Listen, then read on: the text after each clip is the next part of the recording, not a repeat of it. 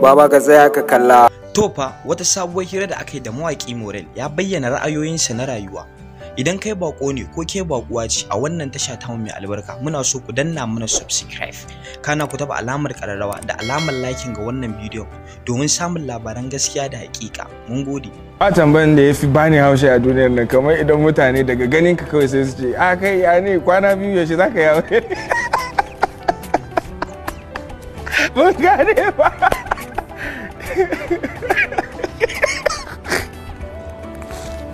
Very annoying.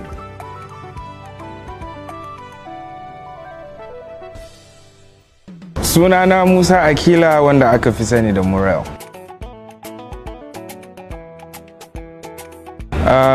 Abun da ya fi faranta mun rai gaskiya shine na gan 'yan uwana da abokai suna farin ciki idan na sake sabuwar waka. Abun bakin ciki da ba zan taɓa mantawa ba shine rasuwar uwata. Gaskiya wannan ba zan taɓa mantawa ba. Ok, shekaru na 33. A'a, cewa budurwata ta farko kuma tana lafiya dai, a bari a haka. Ta ƙarshe muna tare.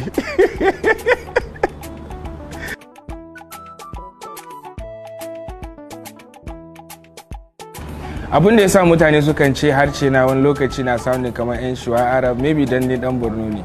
Ni dan Borno ne kuma akwai yadda muke magana, so Hausa na bai zama kamar Hausan mutane Kano ko Sokoto ba.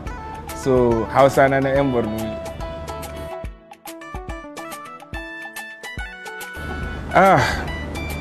Tambayar da mutane suka fi mun gaskiya tun aka shiga tun ƙarshen 2020 zuwa beginning na 2021 ba tambayan da nake gani kowane rana kamar yaushe zaka sake album na kamar sa yaushe zaka sake album.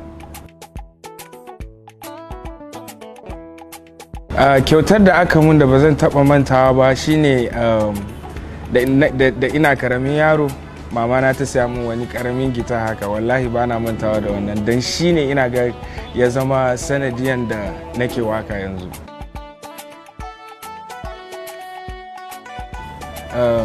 Na fara son music tun ina karamin yaro don yayana a lokacin yana son play music sosai, kuma yana stopping tape yana rubuta wakokin da lyrics din daga wakokin da suke playing. So tun lokacin na fara son wakoki, na fara rawa a secondary school, daga can nima na zo na fara rubuta wakokina.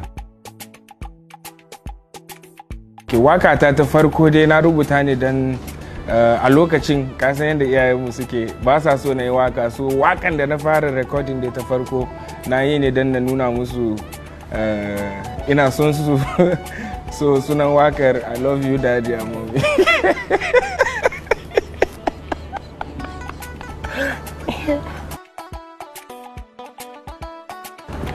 Cikin wakoki na gaskiya wakar da na fi so har yanzu ba ban ma sake ta ba tukuna. Waka ne wanda zan sake a cikin album na da za ta fito very soon. Sunan album da zan saka nan gaba shine Mansa.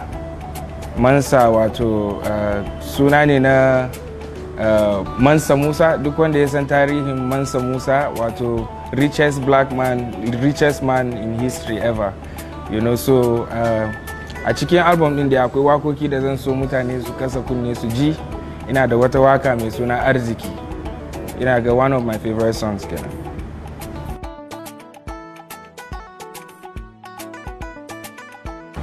Mawakin da ya fi burge ni duk duniyan nan shine Jay-Z. Abin da ya sa na ce haka shine yanda ya biya rayuwarsa, ya sake albums nasa, kuma yanzu ya zama successful businessman. Gashi nan ana kan jin sunansa kuma yana kan taimakawa mutane, shi yasa nake son Jay-Z.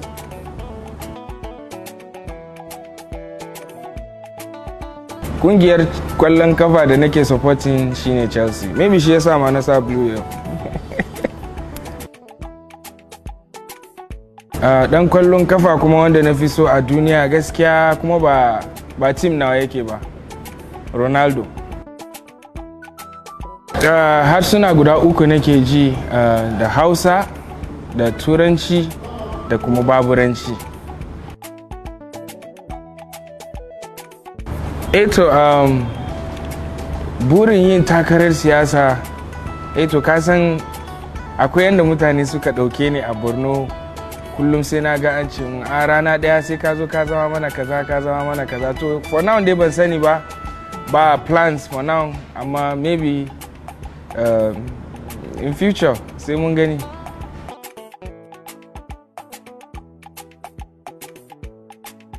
A Kannywood gaskiya akwai masu burge ni da dama, amma kaga akwai yayana babba Ali Nuhu, dan kuma Hadiza Gabon. Duk dai suna burge ni, Kannywood na burge ni sosai.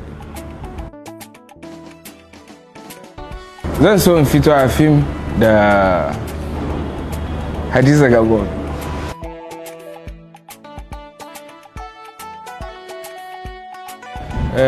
Game da maganar tsaro a Nigeria da especially Borno, tunda nan ne asalin matsalar take, gaskiya ina ga yadda za a kawo ga karshen wannan matsalar da muke fuskanta shine a yi beefing up security, kuma awareness, mutane matasa especially su bude bakin su yi magana, su nuna su yi sharing views nasu, su yi aiki tare da gwamnati. Ba kullum bane za a jira gwamnati kaɗai ta ɗau mataki.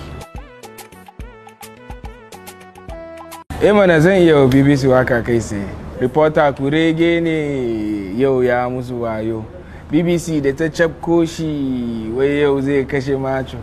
Editor ne ya cece shi, a kasa aka sinto shi.